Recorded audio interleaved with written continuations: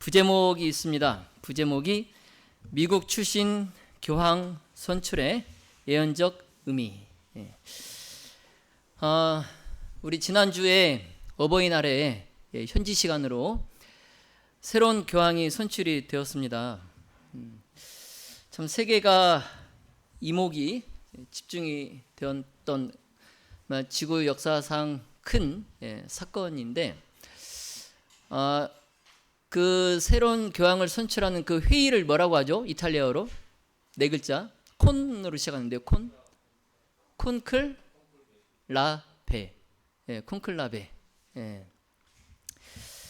제가 그 새 교황을 선출하는 그 비밀 회의 콘클라베를 보면서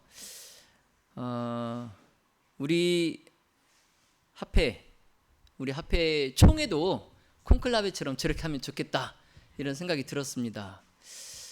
누구나 짐작 아는 그런 후보가 선출되는 그런 회의보다는 이번에도 이 콘클라베에서 유력한 후보가 있었죠. 새 교황이 될 것으로 많은 사람들이 예상했던 그런 후보 이제 추기경이 있었는데, 예상을 뒤엎고 전혀 놀라운 결과가 도출이 되었죠. 이 정도는 되지 않아야 될까 이런 생각을 했습니다. 우리가 생각하고 누가 되겠다 그런 회의보다는 정말 하나님의 뜻에 정말 인간이 생각지 않은, 정말 하나님께서 택하신 그 종이 선출이 되는 그런 총회가 문화가 되면 좋겠다. 그래서 4년 뒤에 우리 총회가 다시 열리죠. 4년 뒤에 총회도 정말 이렇게 정말 그 콘클라베 들어갈 때 그 사람들이 다 휴대폰 다 반납하고 도청 장치까지 다 차단시키는 아주 그 비밀스러운 장소에 들어가서 완전히 세계와 완전히 사회와 완전히 그냥 차단된, 정말 그 공간에서 정말 이 교황을 두고 이제 그 모인 사람들이 100여 명이 넘는 그 사람들이 회의를, 그래서 사람들이 굴뚝을 쳐다보잖아요. 그렇죠? 검은 연기가 피어오르냐, 하얀 연기가 피어오르냐, 관심을 갖고 그 광장에서 쳐다보잖아요. 우리 총회도 그렇게 됐으면 좋겠어요. 4년 뒤에 총회도. 우리도 호남 삼육고등학교 강당 굴뚝에다가 연기를 피우게 한번 해볼까요? 하여튼 천주교가 이런 건 참 잘하는 것 같아요. 예식과 또 경건한 가운데 미사 드리고 이런 것들은 참 잘하는 것 같습니다. 우리가 천주교는 이제 우리가 적대 세력으로 생각을 하지만 또 잘하는 건 또 잘하는 것도 있으니까요. 하여튼 참 많은 것을 깨닫게 하는 그런 회의였습니다. 그래서 오늘 이 깨어 준비하라 이 제목으로 시대에 우리 하나님께서 우리에게 주시는 말씀을 여러분과 함께 나누어 보도록 하겠습니다. 우리 먼저 주제 성경절 마태복음 24장 32절로 33절 그리고 42절로 43절의 말씀을 함께 보겠습니다. 마태복음 24장 32절로 33절 그리고 42절로 43절의 말씀을 함께 보겠습니다. 무화과 나무의 비유를 배우라. 그 가지가 연하여지고 잎사귀를 내면 여름이 가까운 줄을 아나니, 이와 같이 너희도 이 모든 일을 보거든 인자가 가까이 곧 문 앞에 이른 줄을 알라. 그러므로 깨어 있으라.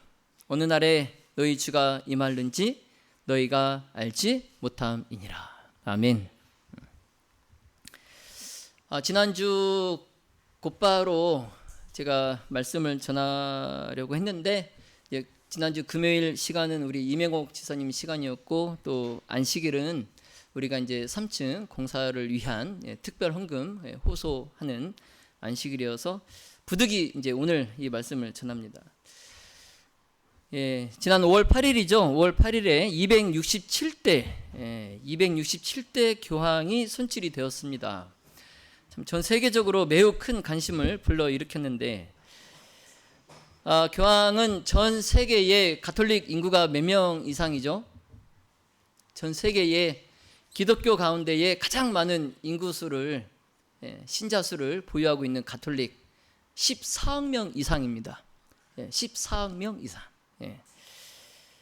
그 가톨릭 신자들에게 영적 지도자일 뿐 아니라 국제사회에서도 종교 간의 대화나 또 인권, 그리고 평화, 또 기후 변화, 다양한 또 글로벌 이슈, 이런 것들에 큰 영향을 미치는 인물이에요.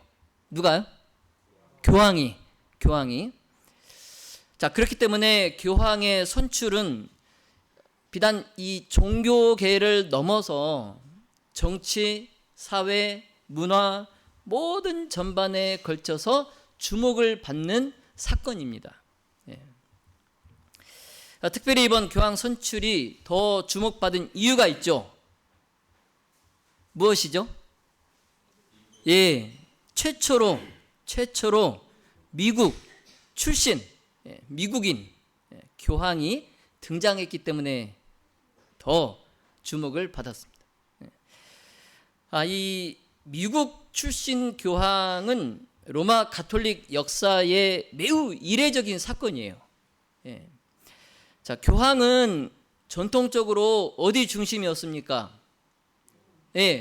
유럽 중심이었어요. 유럽 중심.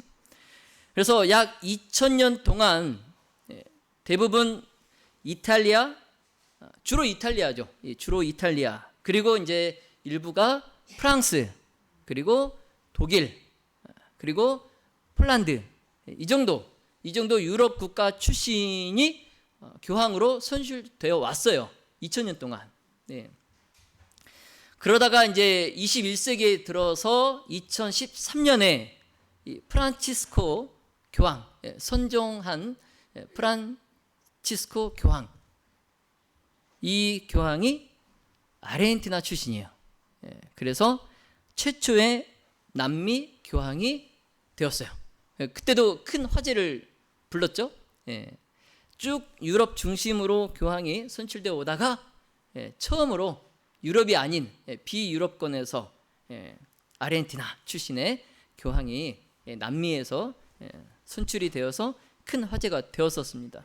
자, 그런데 놀랍게도 이번에 연이어서 비유럽권에서 교황이 선출되었어요. 어디죠? 미국. 자, 이번에 선출된 교황은 미국의 국적을 가진 최초의 교황입니다. 미국인 교황이에요. 최초의. 그래서 미국은 가톨릭의 본 고장인 유럽에 비해서 비교적 최근에 가톨릭이 성장하고 있는 나라예요. 자, 미국은 어떻게 생성됐죠? 나라가? 유럽에서 종교의 핍박을 피해서 종교의 자유를 찾아서 메이플라워 호를 타고 청교도들이 유럽에서 미국으로, 그러니까 가톨릭의 그 종교의 자유를 억압하는 것을 반해서 종교 자유를 위해서 온 사람들이에요. 그러니 미국하고 가톨릭은 서로 상극이에요. 그렇죠? 그리고 개신교 국가입니다. 가톨릭 국가가 아니고 개신교 국가예요. 그런 국가에서 교황이 선출되었다는 거예요. 참 놀라운 일입니다. 자, 그럼에도 이 첫 미국인 교황이자 두 번째 아메리카 대륙 출신 교황이 이 미국에서 자유의 나라, 종교 자유의 나라 미국에서 등장했다는 것, 이것은 가톨릭 교회의 지리적 그 중심축이 남반구와 북미 등 그 비유럽권으로 옮겨가고 있다는 것을 상징적으로 보여주는 의미가 있어요. 자, 그러나 이 의미 말고 가톨릭의 지리적 중심축이 유럽에서 남미, 북아메리카 이쪽으로 옮겨가고 있다, 이런 상징적인 의미 말고 또 다른 의미가 있어요. 또 다른 의미. 미국 출신 교황이 우리에게 주는 또 다른 의미. 자, 저는 그것을 여러분과 함께 오늘 이 시간에 살펴보려고 합니다. 여러분, 교황 선출은 단순한 종교 지도자 선출을 넘어섭니다. 전 세계인의 이목이 집중되는 지구촌의 역사적 순간이에요. 우리가 미국에 대총회 본부가 있죠. 우리 대총회 회장님 이름이 어떻게 되죠? 테드 윌슨, 대총회장. 우리 제7회 안식일 예수 재림교단의 수장, 최고 수장, 미국의 대총회. 근데 우리가 대총회를 한다고 세계 모든 매스컴들이 다 이목이 집중되나요? 관심도 없죠. 그냥 우리만 큰 관심을 갖고 이번에 대총회장이 누가 선출되나 그러지, 무슨 세계 정상들이나 뭐 세계 각국의 방송국들이 모든 사람들이 막 이목을 집중합니까? 집중 안 하죠. 그만큼 영향력이 있어요, 없어요? 우리 교단이 전 세계에 끼치는 영향력, 파워가 있어요, 없어요? 없다는 거예요. 없다는 거예요. 근데 이 가톨릭의 수장인 교황을 선출하는데 전 세계 뭐 각국의 정상들, 지도자들뿐만 아니라 종교계, 뭐 문화, 사회 모든 방송국 다 이 교황 선출에 아주 이목을 집중하고 있어요. 그만큼 이 교황의 파워가 어떻다는 겁니까?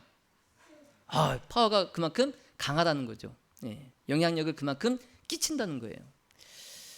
따라서 전 세계의 주요 국가 정상들, 뭐 UN, 또 각국의 종교 지도자들 큰 관심을 갖고, 또 많은 개신교회의 교인들과 또 종말론적인 관점을 가진 신자들, 이러한 사람들 사이에서 이번 교황 선출이 시대의 징조와 관련이 있다고 해석하면서 종교계에서 많은 관심을 보였습니다. 시대의 징조와 관련이 있다. 자, 그런데 무엇보다도 제7일 안식일 예수 재림교회 교인들에게 미국 출신 교황 선출은 다니엘서와 요한계시록의 예언 성취와 관련해 깊은 관심을 불러일으키는 사건이에요.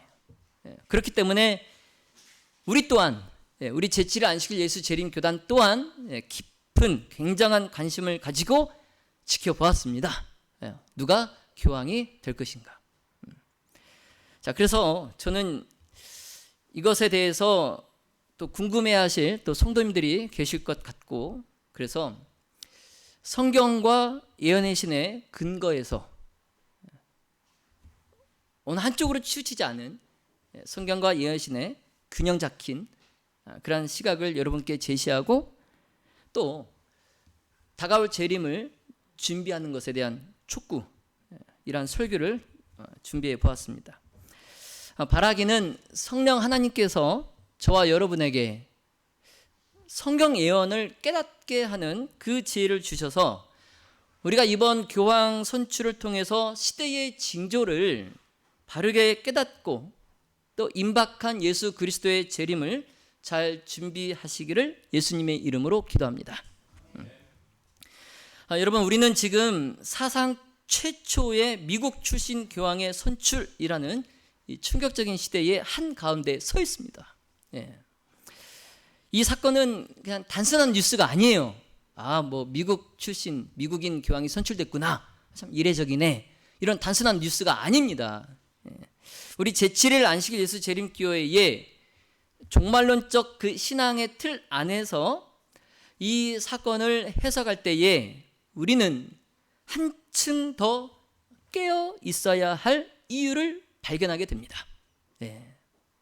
여러분, 깨어 있을 준비가 되셨나요? 제 눈을 한번 바라보세요. 제가 뭐 허경영은 아니지만 내 눈을 바라봐요. 자, 깨어 있어요. 자, 잘 들으세요. 자, 성경의 요한계시록 13장, 이 마지막 시대를 향한 중요한 예언이 기록되어 있는 장이에요. 우리 제7일 안식일 예수 재림교회의 예언 부분의 핵심 장이기도 합니다. 어디가요? 요한계시록 13장. 제7안식 예수해림교회의 예언 해석 방식이 있어요. 자, 우리가 공교롭게도 지금 이번 기가 예언 해석 방식에 대한 교과를 공부하고 있죠. 자, 우리 교회의 예언을 해석하는 방식은 역사주의적 방식이에요. 뭐라고요? 역사주의적 방식. 이 예언을 해석하는 방식이 세 가지가 있어요. 역사주의적 방식, 세대주의적 방식, 또 과거주의적 방식. 세 가지가 있는데, 이 역사주의적 방식은 예언을 역사 속에서 연속적으로 성취돼 가는 사건으로 해석하는 방식이에요.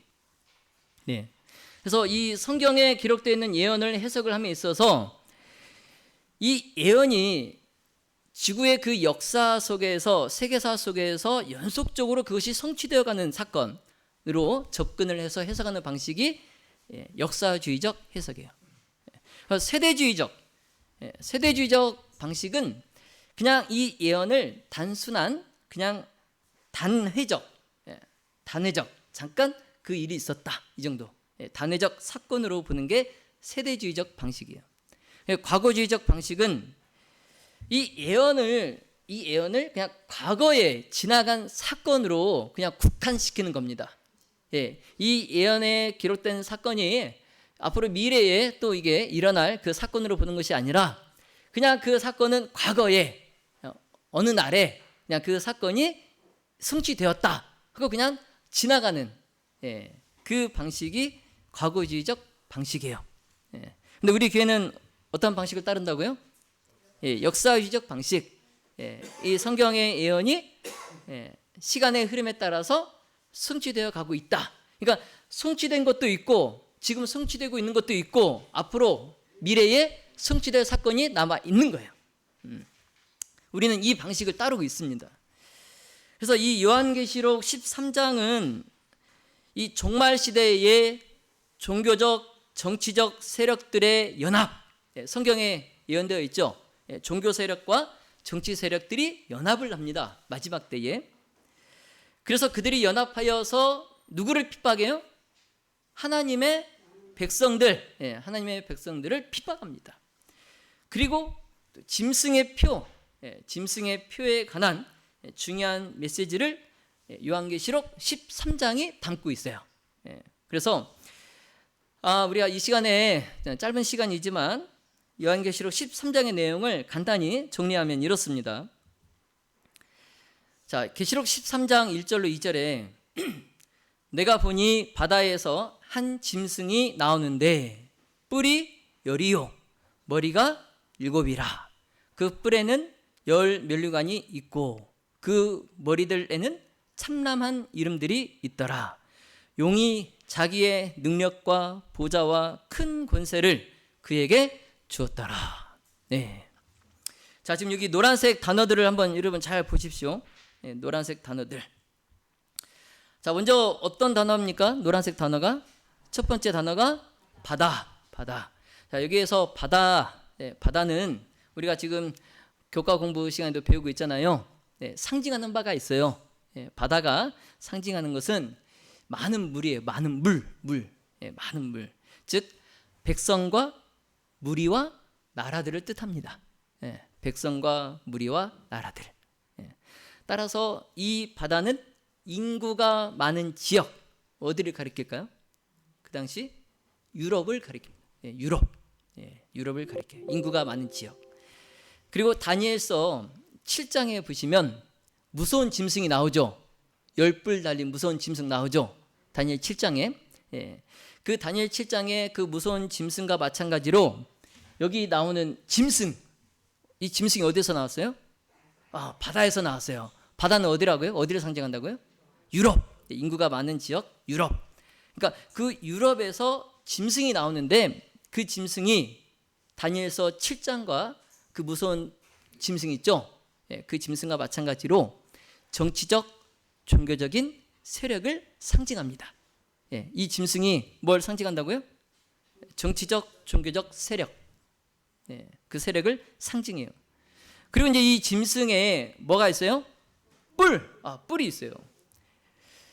그리고 머리가 몇 개예요? 7머리. 예. 머리가 7이고, 그리고 뿔이 있어요. 10뿔이 있어요. 그리고 그 10뿔에 뭐가 있어요? 면류관이 있어요. 예. 그래서 이 7머리와 10뿔 그리고 면류관, 이것은 로마 제국이 멸망한 이후에 생겨난 유럽의 열국들을 상징합니다. 예. 로마 제국이 붕괴된 이후에 로마에 여러 나라들이 생기죠. 그 나라를 상징합니다. 그리고 용이 어떻게 해요? 자기의 능력과 보좌와 큰 권세를 누구에게 주었어요? 예, 바다에서 올라온 한 짐승에게 줬어요. 예. 그래서 이 용은 누구를 상징합니까? 성경에서 용은 누구를 상징해요? 하늘에서 쫓겨 내려온 누구? 사탄, 마귀. 예. 사탄을 상징하죠. 그래서 이 용이 이 첫 번째 짐승, 바다에서 나온 짐승에게 권세를 준 것은 역사적으로 사탄이 로마 제국을 통해서 교회를 핍박한 것을 말합니다. 사탄이 누굴 통해서요? 로마 제국을 통해서 하나님의 백성들을 핍박한 것을 상징해요. 교회를 핍박한 것을 상징합니다. 그래서 계시록 13장 7절에 또 권세를 받아. 누구의 또 권세를 받았다는 건 누굴까요? 바다의 그 짐승, 용이 권세를 줬죠. 용에게서 그 바다에서 나온 짐승이 권세를 받아서 뭐 했어요? 성도들과 싸워 뭐 했어요? 졌어요, 이겼어요? 이겼어요. 이기게 되고 각 족속과 백성과 방언과 나라를 다스리는 권세를 받았다. 이렇게 예언하고 있어요. 그래서 바다에서 나온 첫 번째 짐승이 하나님의 백성들, 거룩한 성도들과 싸워서 이겼다고 하는데, 이것은 중세 암흑 시대 때의 기독교 핍박을 말합니다. 중세 암흑 시대 때에 있었던 기독교 핍박을, 교회의 핍박을 말해요. 자, 그러므로 이 짐승은 중세 교황권을 가리킵니다. 뭘 가리킨다고요? 중세의 교황권을 가리켜요. 가톨릭. 그래서 이 교황권은 로마 제국의 붕괴 후에, 로마 제국이 붕괴한 후에 그가 권세를 얻어요. 권세를 얻어요. 그리고 42달 동안 42달이 몇 년 반이죠? 3년 반. 이걸 일로 계산하면 몇 일이죠? 1260일. 근데 우리가 성경 예언 해석 방식에서, 원칙에서 1일은 몇 년으로 우리가 해석합니까? 1일은 1년. 그러면 이 42달 3년 반, 1260일은 몇 년이에요? 1260년이에요. 이 1260년 동안 이 짐승이, 중세 교황권이 누구를? 하나님의 성도들을 핍박했다라는 거예요. 근데 그런 사건이 있었냐는 거죠. 과거에 있었어요. 역사 속에 그런 사건이 있었어요. 근데 정확히 1260년 동안 그런 사건이 있었어요. 신기하죠? 지금 이 요한계시록을 기록한 저자는 누구예요? 사도 요한이죠. 사도 요한이 반모섬에 유배돼 가지고 성령에 이끌려서 그가 계시를 받고 기록한 책이에요. 그러니까 그 당시에 AD 1년에 그가 기록했던 것이 1000년이 지난 후에 이 일들을 미리 예언을 하고 그 일이 정확히 성취가 된 겁니다. 1000년도 훨씬 전에 예언했던 사건들이. 그래서 AD 538년에, 주후 538년에 무슨 사건이 있었냐면, 다 죽은 줄 알았던 그 교황이 다시 살아나요. 그래서 세속적인 권력을 부여받습니다. 교황이. 그래서 한 나라의 왕까지도 임명할 정도의 파워를 가져요. 교황이. 그게 주후 538년이에요. 그리고 주후 1798년에 1798년에 무슨 일이 있었냐면 나폴레옹이 그의 수하의 장수 베르티에가 교황 피우스 6세를 체포합니다. 그리고 그 교황에게 치명적인 상처를 입혀요. 그러면서 정말 하늘 높은 줄 몰랐던 그 교황의 권력, 그것이 끝이 나요. 그게 언제라고요? 1798년. 그러니까 1798년에서 교황이 세속적인 권력을 부여받고 막 하나님의 성도들을 시작했던 그 해 538년, 1798 빼기 538, 수학 잘하시는 분 빨리 계산해 보세요. 몇 년이에요? 1260년이에요. 여러분 놀랍죠? 놀랍게 예언이 정확히 성취되었어요. 그래서 계시록 13장 11절로 12절에 내가 봄에 또 다른 짐승이, 자, 이게 지금 몇 번째, 요한계시록 13장에 이게 몇 번째 짐승이에요? 두 번째 짐승이에요. 첫 번째 짐승은 바다에서, 그런데 이제 이게 두 번째 짐승이에요.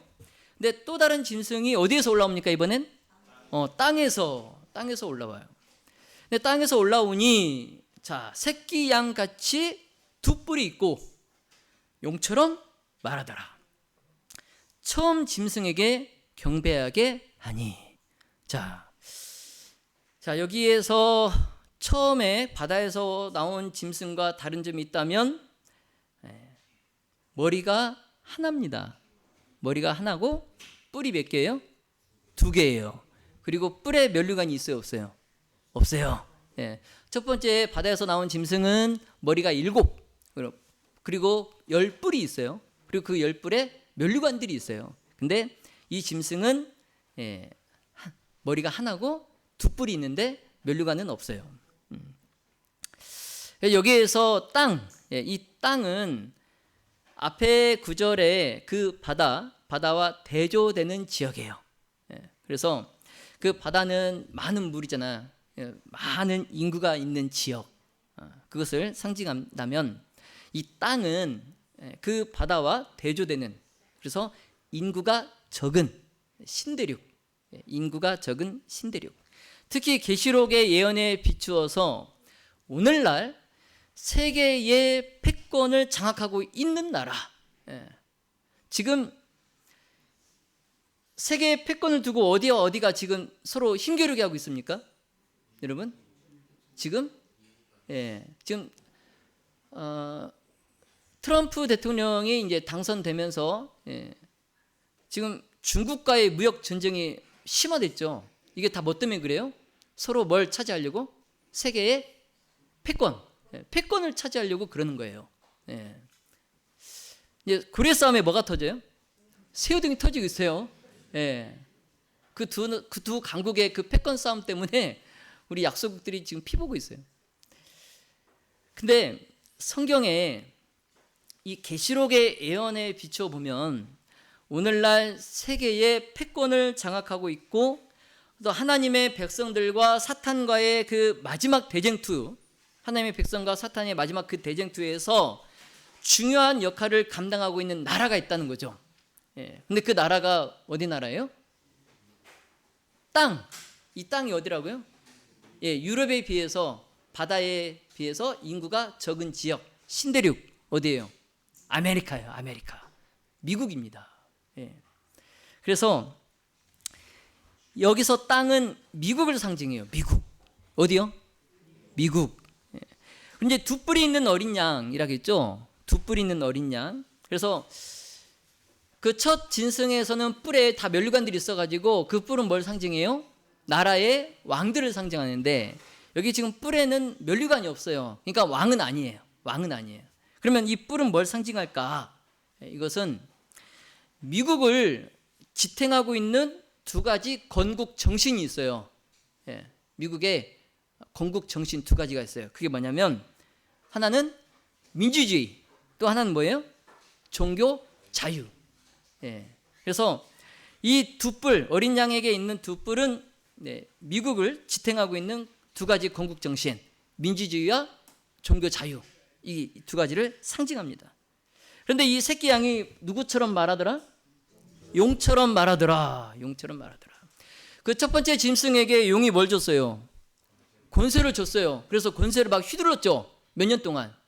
1260년 동안 중세 암흑시대 때. 근데 이번엔 그 용이 누구에게 또 권세를 줬어요? 땅에서 올라온 새끼 양에게. 그래서 새끼 양이 누구처럼 말해요? 용처럼 말해요. 양인데 용처럼 말해요. 와. 자, 이것은 나중에 지금은 아니라고 해도 나중에 이 양이 땅에서 올라온 이 양이 사탄에게 권세를 받아서 강제와 속임수로 바다 짐승을 위해서, 바다에서 올라온 짐승 뭐라고 했어요? 교황권이라고 했죠. 가톨릭. 그 바다에서 올라온 짐승을 위해서 우상을 만들고 강제로 그 짐승에게 경배하도록 하는데, 이것은 무엇을 상징하냐면 용이 권세를 줘서 새끼 양이 용처럼 말하고 그 바다에서 나온 처음 짐승, 그 처음 짐승에게 경배하게 한다. 이것은 교황권을 지지하는 세속 권력의 등장을 상징합니다. 교황권을 지지하는 세속 권력의 등장이에요. 근데 역사 속에서 그 세력이 등장을 했나요? 등장했죠. 1776년에 등장을 했어요. 그래서 이 땅에서 올라온 짐승은 이 1776년에 아메리카 대륙에서 독립을 선언합니다. 독립을 선언해요. 그러면서 신생 강대국 미국이 됩니다. 신생 강대국 미국이 돼요. 그래서 미국이 초기에는 기독교 정신, 어린 양, 누구시죠? 예수 그리스도. 그러니까 미국이 초기에는 굉장히 좋았어요. 정말 하나님을 올바로 믿기 위해서 그 종교의 핍박을 피해서 종교의 자유를 찾아서 정말 신실한 청교도들이 왔다는 거예요. 근데 그 초기에는 그 청교도 정신 위에 나라가 섰어요. 세워졌어요. 어린 양 위에, 이 새끼 양, 어린 양 위에 나라가 세워졌어요. 자, 그렇지만 말세에, 이 지구 역사의 말세에는 그 양이 교황권과 연합하여서 용처럼 말하고, 그래서 거짓 예배와 또 짐승의 표를 강요하는 역할을 하게 됩니다. 이게 예언이에요.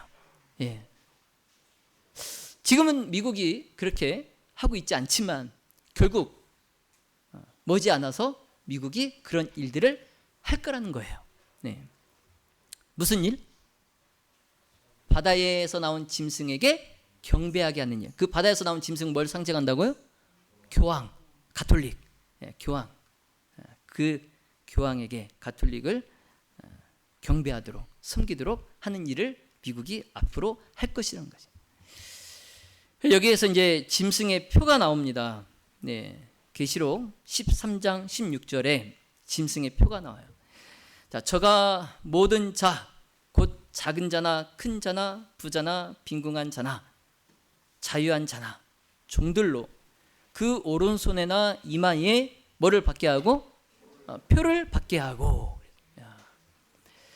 자, 여기에 이제 짐승의 표가 나와요. 그 유명한 짐승의 표. 근데 이 짐승의 표는 하나님의 계명에 반대되는 거짓된 예배의 표징이에요. 그러니까 무슨 옛날 노예에게 찍었던 그 낙인, 그런 표가 아니에요. 그런 표가 아닙니다.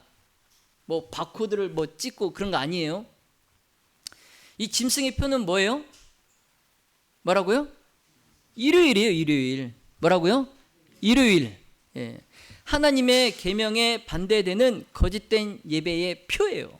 일요일입니다. 일요일. 그리고 하나님의 인은 뭘까요? 그럼 안식일. 하나님의 인은 안식일입니다. 안식일. 짐승의 표는 일요일. 하나님의 인은 안식일. 자, 짐승의 표 딱딱 나와야죠.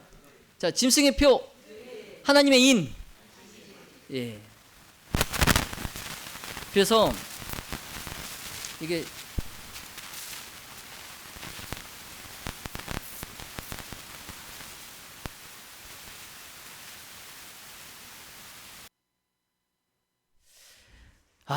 또 사탄이 방해하는 거 아닌가 모르겠네요.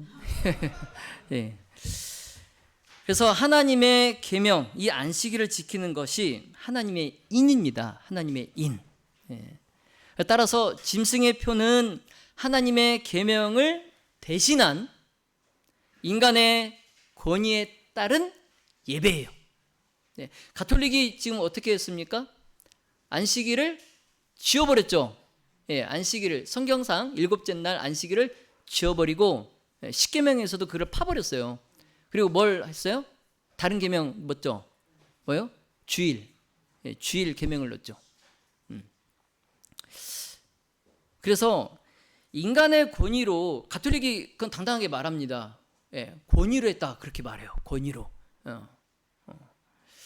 그래서 인간의 권위로 안식일이 아닌 일요일, 일요일, 그 일요일을 지키도록 강요합니다. 그래서 계시록 13장 1절과 11절에 내가 보니 바다에서 한 짐승이 나오는데 뿔이 열이요 머리가 7이라 그 뿔에는 10 면류관이 있고 그 머리들에는 찬란한 이름들이 있더라. 용이 자기의 능력과 보좌와 큰 권세를 그에게 주었더라. 자, 11절 내가 봄에 또 다른 짐승이 땅에서 올라오니 새끼양같이 두 뿔이 있고 용처럼 말하더라. 자, 결론적으로 이 요한계시록 13장은 두 짐승에 대한 예언이에요. 두 짐승. 첫 번째 짐승은 자, 바다에서 나온 짐승 무엇을 상징해요? 로마 교황권. 로마 교황권. 자, 두 번째 땅에서 나온 짐승은 두 번째 짐승은 누굴 상징해요? 뭐? 미국. 그래서 요한계시록 13장에 두 짐승이 나오는데 자, 첫 번째 바다에서 나온 짐승은 로마 교황권을 상징. 땅에서 나온 짐승 새끼양 이것은 미국을 상징합니다. 제가 첫 번째 짐승하면 로마 교황권, 두 번째 짐승하면 미국. 자, 첫 번째 짐승, 두 번째 짐승. 네, 여러분 외우고 계세요. 외우세요. 잊어버리지 말고. 자, 그러면 요한계시록 13장의 이러한 이해를 우리가 가지고 자, 미국 출신의 교황이 갖는 예언적 의미에 대해서 우리가 이제 살펴보겠습니다. 자, 제가 막 외우기 시키고 막 지금 제가 정확히 제가 설명드렸죠. 13장에 대해서 잘 그걸 기억을 하면서 이 미국 출신의 교황이 갖는 이 예언적 의미 한번 우리가 살펴보시게요. 자, 첫 번째 의미는 뭐냐면 미국과 교황권의 상징적 일치입니다. 계시록 13장에서 등장하는 두 짐승 서로 다른 기원을 가집니다. 그렇죠? 한 짐승은 바다, 한 짐승은 땅. 근데 서로 다른 기원을 가지지만 마지막에는 말세에는 한 뜻을 이루어서 하나님의 백성을 핍박하는 일에는 일치합니다. 네. 미국은 종교 자유를 보장하는 나라였어요. 건국 초기에. 근데 결국에 말세에는 교황권의 권세를 지지하고 또 그 앞에 경배할 것이라는 성경의 예언을 우리가 살펴보았습니다. 예. 자, 두 번째 미국 출신의 교황이 갖는 두 번째 예언적 의미, 이것은 정치 종교 연합의 가속화예요. 무슨 연합의 가속화? 정치와 종교 연합의 가속화. 예. 원래는 정경 분리죠. 예. 정경 분리의 원칙이에요. 우리 제7일 안식일 예수 재림교회는 정경 분리의 원칙을 철저히 따릅니다. 근데 제가 엊그저께 우리 보일러 가스가 고장 나가지고 이제 가스 배관 도시가스 시공업체에 전화해가지고 이제 수리를 받았어요. 가스 검침원이 이제 가스 안전점검하러 나왔는데 냄새가 많이 난다는 거예요. 그 부엌에 문을 열고 보일러실로 들어갔더니 들어가자마자 가스 냄새 이러는 거예요. 근데 우리는 거기 들어갈 일이 없으니까 모르죠. 근데 가스 냄새 많이 난다고. 그래서 이렇게 막 이렇게 검사하는 장치로 찾아보니까 저 위에 파이프 연결된 그 엘보에서 거기서 가스가 새고 있어요. 예, 그래서 거기 이제 도시가스 시공한 그 업체에 사람이 와가지고 그걸 다 풀었어요. 일일이 다 풀고 새로 이제 주립을 했어요. 예. 근데 그 사람이 일을 마치고 가면서 저한테 물어보는 거예요. 목사님, 정강훈도 목사입니까? 그러는 거예요. 지금 우리 기독교는 정치와 종교의 분리예요. 예. 근데 정강훈은 어떻게 해요? 아주 그냥 정경일치, 그냥 엄청 정치에 관여하죠. 근데 원래는 정경 분리입니다. 근데 이 두 번째 짐승이 어디를 나타낸다고요? 두 번째 짐승이 어디를 상징한다고요? 미국. 근데 땅에서 올라온 이 짐승이 새끼양처럼 순하게 보이는데 무엇처럼 말해요? 용처럼 말해요. 예. 새끼양처럼 참 순하게 보이는데 용처럼 말해요. 그래서 이걸 보아서 우리는 이 짐승이 첫 번째 짐승과 아주 긴밀히 연결되어 있다는 것을 알 수 있어요.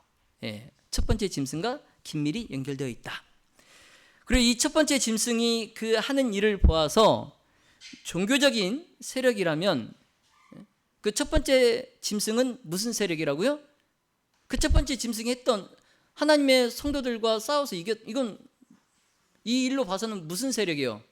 그냥 종교 세력이잖아요. 우리 알 수 있잖아요. 첫 번째 짐승, 바다에서 나온 짐승은 종교 세력인 걸 알 수 있어요. 그가 한 일을 보고. 그런데 두 번째 짐승은 뭐예요?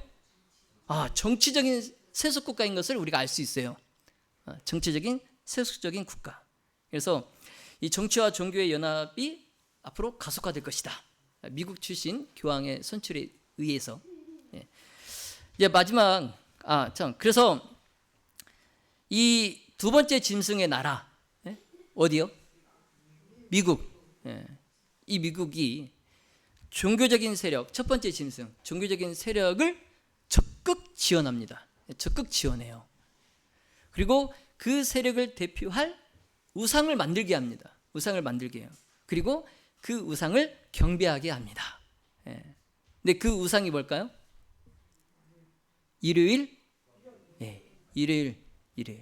그래서 이 합법적으로 이제 법제화 시킬 거예요. 일요일 휴업령, 일요일 강제 휴업령, 일요일 법령이 앞으로 법제화 될 것입니다. 그러면서 이제 그 첫 번째 짐승에게 경배하도록 하는 거죠. 일요일을 지키도록 하는 거예요. 근데 놀라운 것은 두 번째 짐승이 올라온 땅, 이 미국에서 바다에서 나온 첫 번째 짐승의 대리자가 등장했다는 거예요. 참 놀랍죠? 그렇죠? 자, 그러니까 이제 어쩌겠어요? 첫 번째 짐승과 두 번째 짐승의 그 연합, 즉 정치와 종교의 연합이 얼마나 그 진행 속도가 빨라지겠습니까? 그렇죠? 실로 이 예언의 성취자, 정말 마지막이 가까웠음을 우리가 피부로 느끼게 하는 사건이에요. 이 미국 출신의 교황. 정말 종말이 마지막 때가 가까웠다는 것을 피부로 느끼게 하는 사건입니다. 자, 그래서 요한계시록 13장 15절에 저가 권세를 받아 그 짐승의 우상에게 생기를 주어 그 짐승의 우상으로 말하게 하고 또 짐승의 우상, 일요일 휴업령, 이 짐승의 우상에게 경배하지 아니하는 자는 몇이든지 다 뭐 한다고요? 죽인다. 일요일을 지키지 않는 사람은 그 수가 몇이든 다 뭐 한다고요? 죽인다는 거예요. 여러분 무섭습니까? 무서워요? 저도 중학교 때 다니엘 요한계시록 전도회 끝나고 너무 무서웠어요. 이게. 예. 여러분, 요한계시록 13장은 이 두 짐승이 짐승의 우상, 일요일 휴업령, 일요일 휴업령을 세우고 그것을 경배하지 않는 자는 다 죽이고, 짐승의 표 뭐라고 했어요? 짐승의 표 뭐라고 했어요? 일요일. 그 일요일을 이 짐승의 표를 받도록 강제한다라고 말합니다. 예. 자, 따라서 미국 출신 교황의 등장은 이러한 전 세계적 예배 강제 구조의 상징적인 서막으로 해석할 수 있어요. 예. 앞으로 이러한 큰 일이 일어나는데 이제 그 서막을 장식한 거예요. 예. 그래서 하나님께서 우리에게 보내주신 마지막 선지자 엘렌 G. 화이트, 이 엘렌 G. 화이트 선지자는 이렇게 진술합니다. 우리는 지금까지의 연구를 통하여 예언 연구,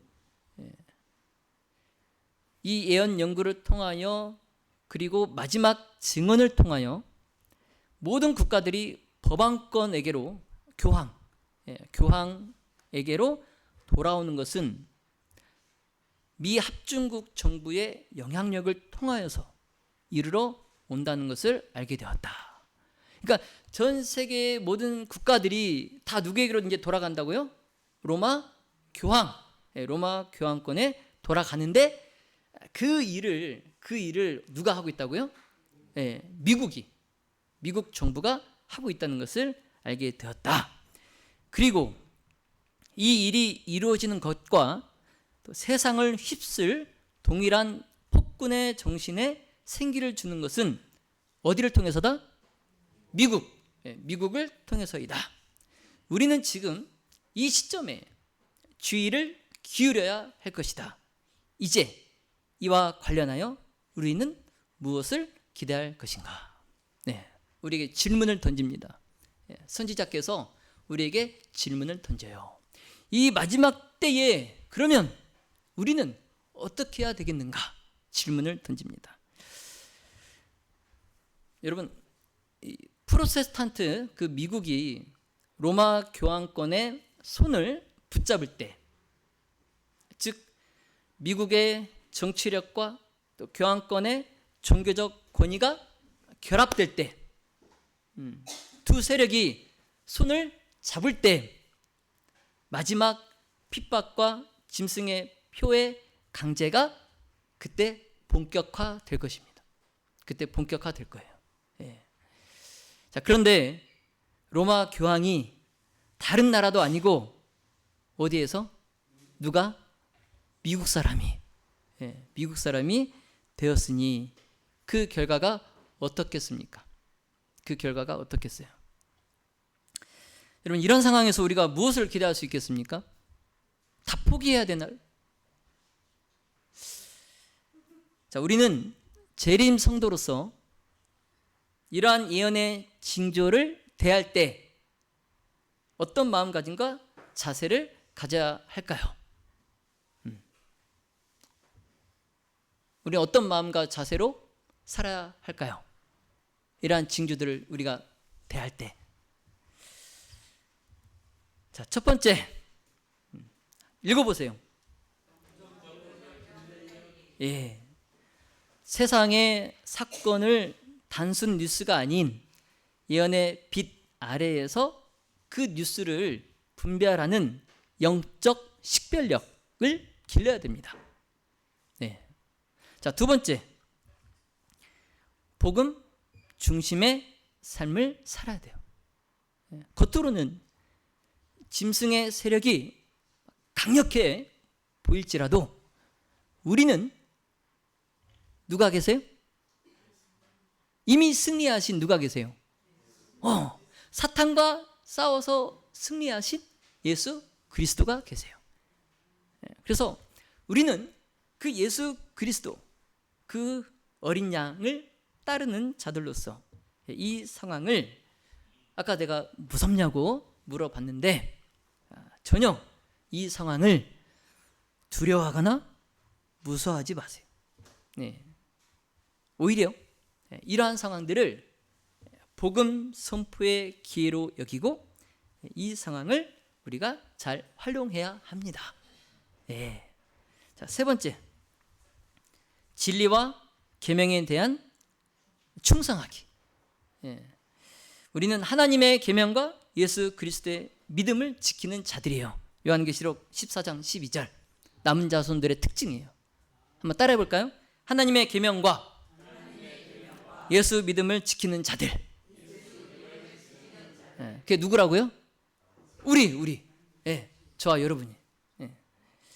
그래서 우리는 말씀 중심, 계명 중심의 삶을 살아야 됩니다. 이러한 때일수록 더. 예. 자, 마지막으로 우리는 성령의 능력으로 준비된 삶을 살아야 됩니다. 우리 열처녀 비유 아시죠? 미련한 5처녀에게 뭐가 없었어요? 예, 성령을 상징하는 뭐가 없었어요? 기름이 없었어요. 등잔에 기름이 없었어요. 그래서 등잔을 밝히지 못해서 신랑을 맞이하지 못했어요. 신랑은 누군데? 예수님. 우리를 데리러 오신 예수님이에요. 근데 슬기로운 처녀들에게 뭐가 있었어요? 기름이 있었어요. 여분의 기름이 있었어요. 준비했어요. 기름을 준비했어요. 그래서 그들이 똑같이 슬기로운 처녀든 미련한 처녀든 둘 다 잤어요. 신랑을 기다리다 예수 그리스도의 재림을 기다리다 잤어요. 더디 오시니까 재림이 지체되니까 잤어요. 그런데 마지막 밤중 외침이 있어요. 보라 신랑이로다. 맞이하러 나가자. 밤중 외침. 그때 그 소리를 듣고 다 깹니다. 슬기로운 처녀들도 깨고 미련한 처녀들도 깨요. 그런데 신랑을 맞이하는 사람은 누구예요? 기름을 준비했던 슬기로운 5처녀만이 등잔을 밝히고 신랑을 맞이합니다. 여러분, 그 기름은 뭘 상징한다고요? 성령. 그래서 우리는 이러한 때에 개인과 교회가 기도와 성령의 능력으로 날마다 깨어있는 삶을 살아야 돼요. 우린 지금 졸 때가 아니에요. 아까 제가 소두에 뭐라고 했어요? 여러분 다 깨어 계시냐고 그랬죠? 예, 우리 지금 졸 때가 아니에요. 예. 지금 밤중 외침이 외쳐지고 있는데 그 전까지는 잘 수 있어요. 자도 돼. 근데 지금은 뭐가 외쳐지고 있어요? 보라 신랑이로다 맞으러 나오라. 이 밤중 외침이 외쳐지고 있어요. 그럼 그 외침을 듣고 뭐 해야 돼요? 자다가 깨야 돼요. 예. 자, 성도 여러분, 미국 출신 교황의 등장, 이것은 상징적으로 매우 강력한 예언적 메시지를 우리에게 던지고 있어요. 그러나 우리는 두려워하지 않습니다. 두려워하지 않아요. 무서워할 필요도 없어요. 왜냐하면 하나님께서 이미 이 모든 일들이 일어날 것을 성경을 통해서 또 선지자들을 통해서 이미 우리에게 알려주셨어요. 예. 우리는 이미 이렇게 될 거라는 거 알고 있었어요. 그래서 두렵지 않습니다. 이건 그냥 예수님의 재림이 이제 가까웠구나. 희소식이에요. 복음이에요. 우리에겐 복음입니다. 복음. 무서운 소식이 아니고 복음이에요. 그만큼 예수님의 재림이 뭐했다? 가까웠다. 자, 이번 사건을 두고 어떤 사람들은 코로나19 때처럼 막 세상에 종말이 이제 왔다, 뭐 짐승의 표가 시작됐다, 막 그랬잖아요. 공포 분위기 막 조장하고 그랬잖아요. 근데 이 미국인 교황 선출을 두고 그렇게 또 말하는 사람들이 있을 수도 있어요. 뭐 세상에 끝이 왔다, 이제 다 됐다. 근데 재림교인으로서 우리는 예언을 성경과 예언의 신에 기초해서 분별력 있게 해석해야 됩니다. 네. 우리에겐 빛이 주어졌기 때문에 다른 사람들과 휩쓸려서 그렇게 하면 안 돼요. 우리는 성경과 예언의 신을 기초해서 분별력 있게 시대의 징조를 해석해야 돼요. 그래서 지금 뭐 미국인 교황이 선출됐다고 막 흥분하거나 무서워하거나 막 어디 산으로 어디 도망가거나 낙담할 때가 아니에요. 예, 신중하게 하나님의 말씀이 이끄시는 그 방향을 따라서 기도로 재림을 준비할 때입니다. 네. 그래서 중요한 것은 미국 출신의 그 교황 선출이라는 이 사건이 뭐 즉시로 당장 뭐 다음 달에 이 요한계시록 13장의 절정, 짐승의 표, 이 일일 휴업령을 발효해서 세계인들로 하여금 강제로 그것을 지키게 하고 뭐 그렇게 한다는 것은 아니에요. 아닙니다. 당장에 막 그렇게 되지도 않아요. 네. 자, 그러나 분명한 것은 이 사건이 이제 막 종말이 왔다, 이 선언이 아니라 더욱 깨어서 기도하고 준비해야 할 신호라는 거예요. 네. 그래서 앞서서 말씀드렸던 그 짐승의 표 그 사건, 일일 휴업령 그 사건이 언제 어느 때 발효가 되더라도 나는 기도로 깨어서 준비하고 있어야 된다는 거예요. 네. 자, 그러므로 이 사건 재림 성도들에게 시대의 방향성과 속도를 다시금 일깨워주는 영적 경고음이에요. 영적 경고음. 네. 자, 믿음의 모든 가족 여러분, 자, 하나님은 당신의 백성들이 세상 일에 불안해하거나 또 지나치게 막 흥분하기보다는 예언의 말씀을 통해서 시대의 징조를 분별하고 또 준비하는 삶을 살기 원하시는 것을 기억하시기 바랍니다. 여러분, 예수님께서도 말씀하셨어요. 무화과 나무의 비유를 배우라. 그 가지가 연하여지고 잎사귀를 내면 무슨 시즌이 와요? 여름이 와요. 예. 우리가 나뭇잎이 뒤집어지면 뭐가 올 거라는 알아요. 나뭇잎이 뒤집어지고 뒷면이 막 보이게 뒤집어지고 제비가 낮게 날면 뭐가 올 거라는 거 알아요. 더 강력한 징조, 무릎 막 쑤셔요. 그거 뭐가 올 거라는 걸 알아요. 비가 올 거라는 걸 알아요. 그것처럼 이 무화과 나무를 보고 배우라는 거예요. 너희도 이 모든 일을 보거든 세상에서 성취되는 예언의 재림의 징조들을 보거든 인자가 가까이 곧 문 앞에 이른 줄을 알라는 거예요. 예. 예수 그리스도의 재림이 임박했다는 것을 알라는 거예요.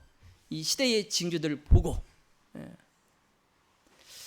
그래서 우리는 막 어떤 사람은 막 정말 이 재림의 날짜를 막 계산하는 사람이 있어요. 몇 년, 몇 월, 며칠에 예수님 재림하신다고 막 이걸 계산하는 사람들이 있어요. 그게 그럴 때가 아니에요. 우리는 그럴 때가 아니에요. 깨어 준비할 때예요. 인자가 가까이 곧 문 앞에 이른 줄 알고 그냥 준비하면 됩니다. 준비하면 돼요.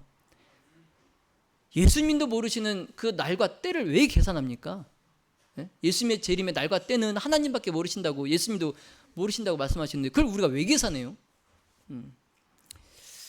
이 미국 출신 교황의 등장, 이 사건, 아직 요한계시록 13장의 끝은 아닐지라도 이 미국 출신의 교황 선출이 요한계시록 13장의 예언의 끝이 아닐지라도 그 길을 준비하고 예언의 성취가 이제 멀지 않았다는 것을 보여주는 하나의 신호예요. 신호. 자, 그러므로 우리는 더욱 영적으로 깨어 있어야 됩니다. 영적으로 깨어 있어야 돼요. 흥분할 것이 아니라, 무서워할 것이 아니라 회개로 그리고 불안할 것이 아니라 신뢰로 그리고 방심이 아니라 준비로 이 마지막 시기를 잘 보내시기를 예수님의 이름으로 기도합니다. 자, 제가 흥분이 아니라 하면은 여러분 회개로, 제가 불안이 아니라 여러분 신뢰로, 믿음으로, 방심이 아니라 그럼 여러분이 준비로. 그래서 다 같이 이 마지막 시기를 잘 준비합시다. 자, 한번 해볼까요? 자, 흥분이 아니라 불안이 아니라 믿음으로, 방심이 아니라 준비로. 이 마지막 시기를 잘 준비합시다. 여러분, 오늘 우리가 바라보는 세상의 흐름 심상치 않습니다. 심상치 않아요. 미국 출신 교황의 선출, 종교의 연합, 또 종교와 정치의 미묘한 결합, 그리고 동성 결혼, 그리고 기후 위기, 자연 재해, 그리고 전쟁과 분쟁. 지금 세상에서 일어나는 이런 많은 사건들 단지 뉴스거리가 아니에요. 단지 우리의 이목을 끄는 뉴스거리가 아니라 우리에게 영적으로 깨어 있으라는 하나님의 영적 경고음이에요. 그리고 하나님의 부르심입니다. 여러분, 오늘 우리는 미국 출신의 교황이 선출되었다 이 사건을 통해서 요한계시록 13장의 예언이 현실과 점점 가까워지고 있음을 우리가 재차 확인했습니다. 자, 하지만 이 일은 우리를 불안하게 하려는 것이 아닙니다. 제가 여러분 겁주려고 이 설교를 하는 게 아니에요. 하나님께서 우리에게 시대의 징조를 보여주고 더 우리가 깨어 준비하라고 주신 은혜의 알림입니다. 예. 자, 여러분, 우리는 지금 이 마지막 시대를 살아가고 있어요. 예. 자, 단지 이 사건이 놀라운 정치적 그 사건을 넘어서 요한계시록의 그 예언이 어떻게 현실 속에서 성취되어 가고 있는지를 보여주는 하나의 징조입니다. 예. 자, 그러나 우리는 이 사건을 지나치게 예민하게 해석하거나 또 공포 분위기로 몰아가는 그런 실수를 경계해야 합니다. 네. 예언은 공포의 메시지가 아니에요. 하나님께서 우리에게 겁주시려고 이 예언들을 주신 게 아닙니다. 예언은 하나님의 백성이 어둠 가운데 방황하지 않도록 인도하는 빛이에요. 예. 우리를 어둠 가운데서 인도하는 빛이에요. 자, 그러므로 재림 성도는 예언을 두려움으로 보는 그 사람이 아니라 분별의 눈으로 깨어있는 사람들이에요. 재림 성도는 분별의 눈으로 깨어있는 사람들이에요. 자, 계시록 14장 12절 다 같이 한번 읽어볼까요? 시작. 성도들의 인내가 여기 있나니 저희는 하나님의 계명과 예수 믿음을 지키는 자니라. 아멘. 여러분, 바로 이것이 우리 재림 성도의 정체성이에요. 정체성. 자, 재림 성도는 이 마지막 시대에 하나님께서 찾으시는 백성입니다. 그래서 말씀에 깊이 뿌리 내리고 예수님의 믿음을 붙들며 하나님의 계명을 삶으로 드러내는 사람들이에요. 자, 재림 성도는 세상 뉴스에 휘둘리는 사람들이 아닙니다. 하늘의 뉴스를 따르는 사람들이에요. 자, 재림 성도는 징조 앞에서 두려움에 빠지는 사람이 아니라 준비의 삶을 통해서 다른 사람에게 빛을 비추는 사람이에요. 재림 성도는 언제 예수님이 오시는가 이걸 계산하기보다 지금 내가 예수님을 어떻게 맞이할 준비를 하고 있는가를 스스로에게 묻는 사람이에요. 자, 믿음의 모든 가족 여러분, 예언은 지금 이 순간에도 성취되어 가고 있어요. 네.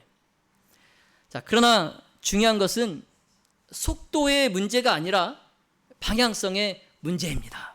네, 방향성의 문제예요. 자, 하나님의 백성은 깨어있는 삶을 살아야 됩니다. 네, 깨어있는 삶. 자, 바라기는 말씀과 기도 속에 거하는 삶을 살아가시고 세상의 흐름에 동화되기보다는 하늘의 가치를 따라 사는 그러한 삶을 살아감으로 예수 그리스도의 재림을 잘 준비하시는 우리 모든 가족들이 다 되시기를 예수님의 이름으로 축원하며 말씀을 마치겠습니다. 네, 기도하겠습니다. 하늘에 계신 하나님 아버지, 우리가 예언을 통해서 미리 진작해 왔던 일들이 하나씩 또 성취되어 가고 있음을 이번 미국 출신의 교황이 선출된 사건을 통해서 또 깨닫게 하시니 감사합니다. 지금 이 순간에도 예언은 성취되어 가고 있습니다. 하나님, 이 예언들이 성취되어 가고 있다는 것은 예수 그리스도의 재림에 대한 예언도 분명히 성취될 것이라는 반증이에요. 우리가 이것을 기억하고 이 세상에서 일어나는 이 일들로 불안해하고 떨거나 무서워할 것이 아니라 곧 오실 예수님을 내가 어떻게 맞이할 것인지 내 스스로 질문하고 또 내 스스로 철저히 회개하면서 살아감으로 또 다른 사람들에게 내가 깨달은 복음의 빛을 전하면서 예수님의 재림을 준비하는 우리 믿음의 모든 가족들 다 되게 해주시기를 예수 그리스도의 이름으로 간절히 기도합니다. 아멘.